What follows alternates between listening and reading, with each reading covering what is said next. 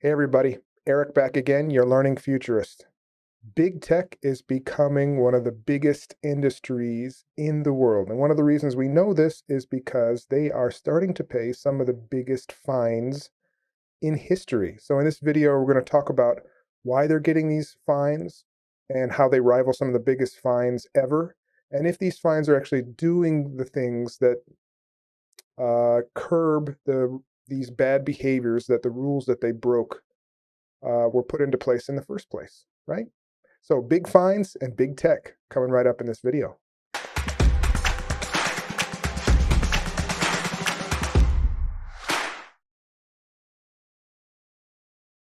All right, so what spurred this topic on? One of the main things that came out this week as I'm making this video was Zoom, the telecommunications app for teleconferencing that exploded hugely during the pandemic.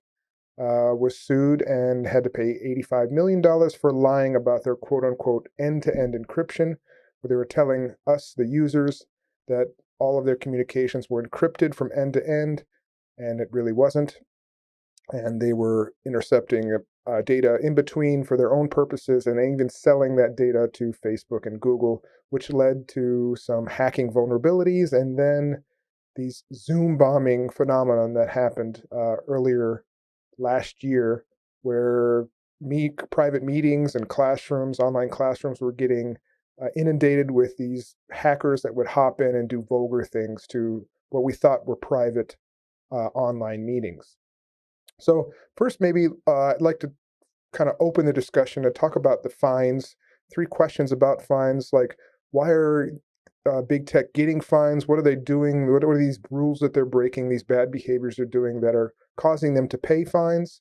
And are they big enough? We know that big tech is scaling at a rapid pace. They're getting bigger and bigger, and the fines are too, but are they keeping pace? And is it enough to curb these bad behaviors?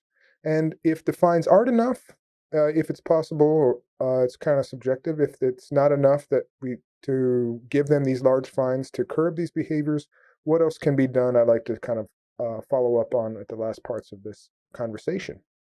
Right. So I just talked about this one, right? Zoom paid out $85 million for lying about end-to-end encryption, even selling data from Facebook to Google. They told us that it was end-to-end encryption. Later they said, oh, it's how we describe end-to-end encryption, not how the general public thinks about end-to-end encryption. Where really it was encrypted to Zoom servers, and that data, and then it was monitored and data was collected at Zoom servers, then it was encrypted back out again to the end user. So there was a point in the middle where that end-to-end encryption was broken and things were being monitored by Zoom, and therefore they lied, and Zoom users are getting, paid Zoom users, not free ones, are getting $15 to $25 each. Most of this money is going to the lawyers that represented this class action suit against Zoom.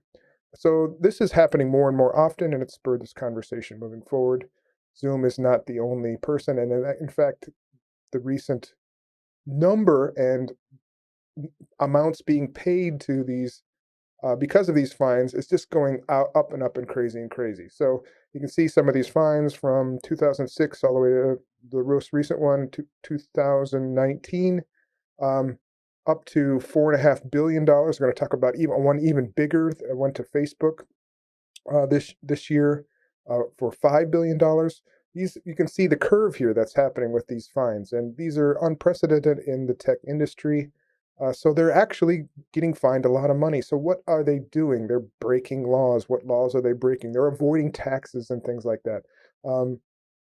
And these fines and lawsuits going after these companies, whether it be for privacy issues, for anti-competitive behavior, for avoiding taxes, like I just said before, these seem to be the main kind of 3 categories that they're being held responsible and having to pay fines.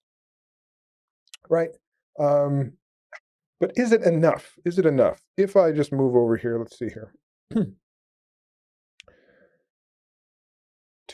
That one that I pointed out for the EU, $2.6 billion for antitrust. So this is anti-competitive behavior on the part of Google, doing things like putting their own services ahead of others, trying to flush out the competition with their power over the basic search engine, their 90% monopoly they have on search.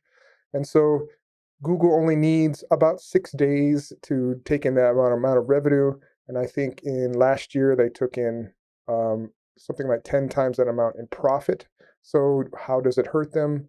Probably not as much as we would want it to hurt them. It is that even though these are big numbers, these are huge numbers, the biggest we've ever seen in the tech industry, it really isn't that harmful to them. And we can see this in the latest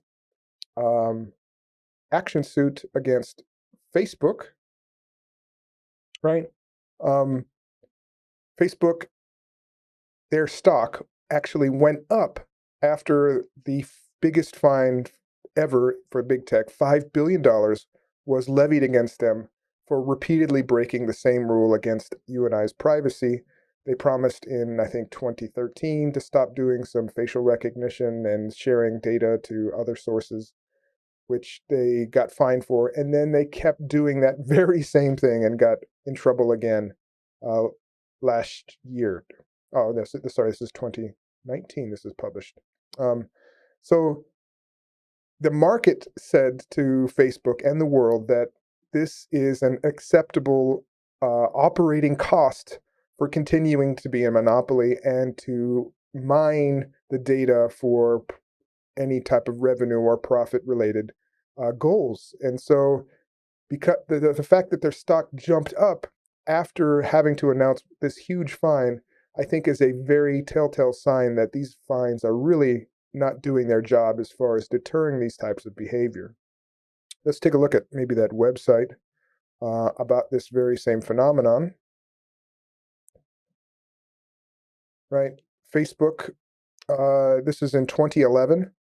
FTC claimed that they were violating and lying to our customer, lying to us, the Facebook users, saying that your data was private, especially if we're going to be using your facial scans and identifying you online, which was false. And they found out that this data was being sold, this data is being used in other ways, and so they got fined. And I think this time around in 2011, this was a fairly low numbers, in the hundreds of millions of dollars they got, or maybe $100 and some million. I can't find that number right now.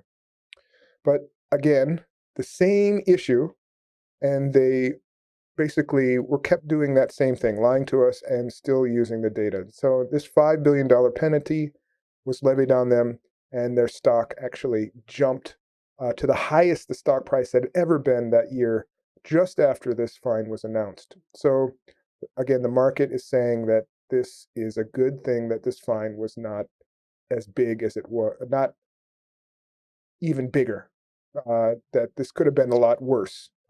Maybe the general consensus is that they could be punished for a lot more for what they did, or there was more data or information or possibility for more lawsuits in the future. One of the things about this particular settlement, which is most discouraging to me, is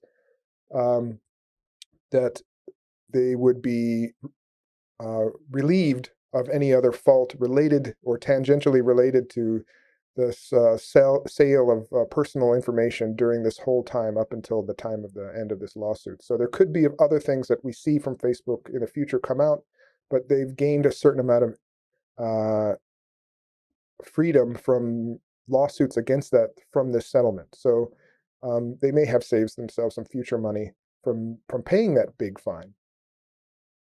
Right, but they also told Zoom and they told Facebook that you had to do a couple of things to change this. So these are some of the behaviors, along with the fines, that Zoom had to start up.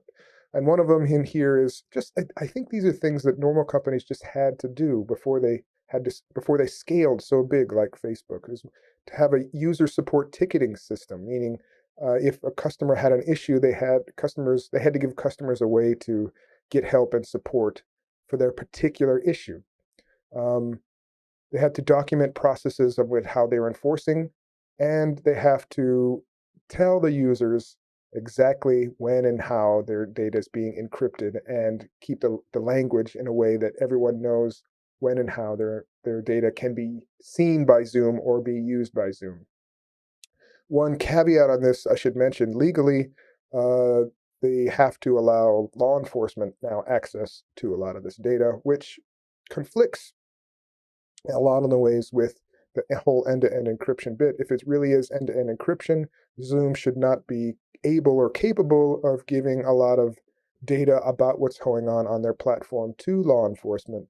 But at the same time, this lawsuit was levied. They said you got to tell users that you're not using their data for these means, but we need to use it too at the same time. There's a little bit of, I think, a little bit of hypocrisy going on with that. So, all right, these fines, you can tell my opinion at least, love to hear yours in the comments, are not big enough, even though they're getting really huge. They're not enough to deter these companies from basically seeing these fines as a cost of operating, right? We saw some of these fines from the past from big businesses. If we go back and look at some of the biggest fines, British Petroleum, 20 billion. Bank of America, 16 billion. So these are mostly the fossil fuel industry and the banking industry that have gotten these biggest fines in history. And these are mostly related to safety issues because of oil spills or contaminating the environment, or fraud against consumers, telling customers one thing and investors another thing, and basically scamming money out of the general public. This is largely the same thing when we're thinking about Facebook, but it's scamming privacy, it's scamming data, and it's potential revenue that could be going to you or potential people, because in this scenario, if you want to relate it to the environment, right? The petroleum industry took oil out and ruined the environment. The social media industry or the big tech industry are extracting data from you, and the social landscape, people's landscapes are being collateral damage in all of this. And so it could be seeing more fines against this. So, all right, what do we do more? What can we do to kind of curb some of these things? Well, antitrust is a big part of it, and we have some laws coming out in the states, are being proposed anyway, that I hope start gaining some traction as more of these big tech companies are being sued and losing these battles in the court system and getting these big fines. So a lot of these have to do with being able to compete online. Things like Amazon putting their own products ahead of other people's after knowing the data that's involved with how they're selling and who's selling and buying them. Google and Apple owning their stores that only allow certain products into their stores to be put in front of customers on their devices, and the competing products in the same categories, for example, Apple Music versus Spotify, are losing out and can't compete. So a lot of these things go towards those antitrust behaviors, but we still have to see on the privacy end some comprehensive legislation being put forward to help us here. Of course, the GDPR in Europe, and our hero in this fight, Vestager, that seems to be very well in touch with the digital age and how we should be regulating it.